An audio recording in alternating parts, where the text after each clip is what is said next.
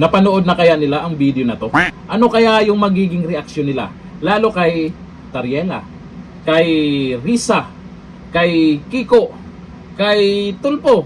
Kay Erwin Tulpo, tapang-tapangan nakaraan dyan sa Senado. Ito sa video po na shinare ni Rob Rances na kung saan sinabi po niya dito, kompleto kaya ang saya ni Tariela, Risa, Kiko at Tulpo habang pinapanood nila ito? Thank you, Chinese Coast Guard. Teka, anong ginawa ng Chinese Coast Guard? Ba't nagpapasalamat kayo? Baka may magagalit na naman ng iba dyan. Lovingly yours, Tariela, Risa, Kiko, Tulpo. Eto ang video, maraming nag-share na ito. Baka sakaling hindi pa napanood nila ba? 他挂着绳子掉到海里，对，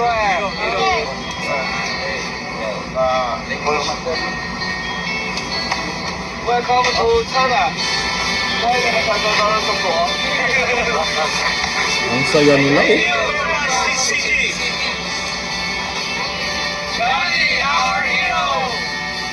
Well, I would like to thank the Chinese Coast Guard for providing us, for being very hospitable, taking care of us here while we are on their custody. We thank them so much for their help. Thank you, Chinese Coast Guard, for helping us again. Salamat sa Chinese Coast Guard. Thank you, Chinese Coast Guard.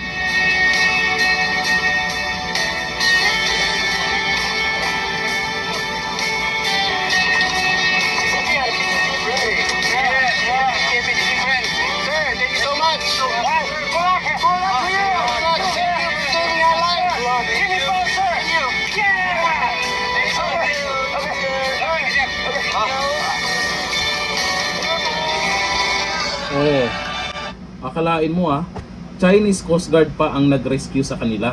At inalagaan pa sila. Yung mga tapang-tapangan dyan, kung mapanood kaya nila ang video na to, ano kayang magiging reaction nila?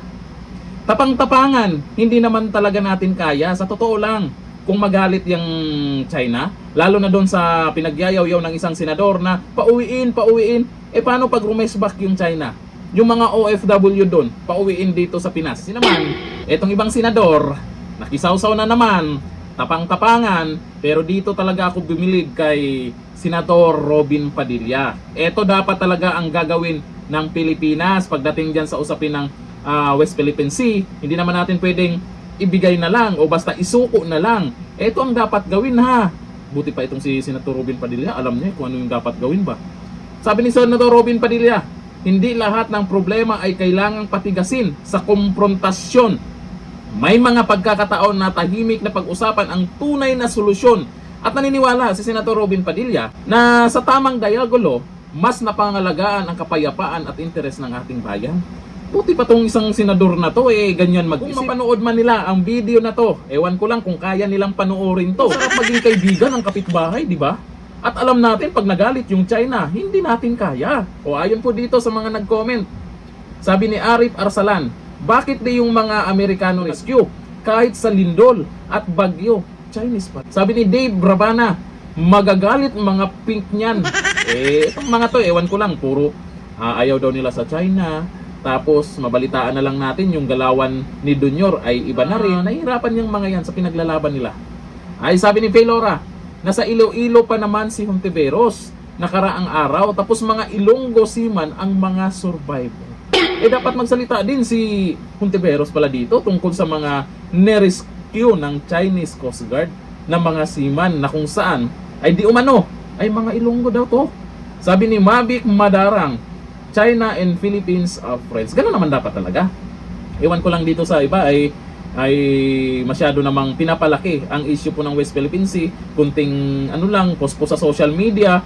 Pag nasita ay wala paniniwala nila yan. Pero tingnan nyo naman sa panahon ni dating Pangulong Duterte. Di ba? Maayos naman. Kumakalat lang yung mga fake news na bininta daw, binigay, pinagkasunduan, kung ano-ano may yung paninira. Pero nakikita po natin, yung mga kababayan po natin ay hindi nahirapang mangisda, malapit dyan. At maayos yung usapan. Yung kapitbahay kasi natin yung China, hindi pwede nating kalitin yan. Mahirap naman. Yung mga mayayaman, mga politiko, pag nagkagulo, lilipad lang yan. Yung mga mahirap ang kawawa dyan. Ito sabi ni Junjun, tatapang lang nila sa China. Sa magnanakaw, takot sila. Real talk yan. Yung mga matatapang na senador, mayroong mga senador yan. Pagdating sa mga sangkot di umano sa maanumalyang flood control project, tameme. O ngayon, paano tong video na to? Baka sabihin nyo, AI to. Hanggang dito na lang, thank you. Bye-bye.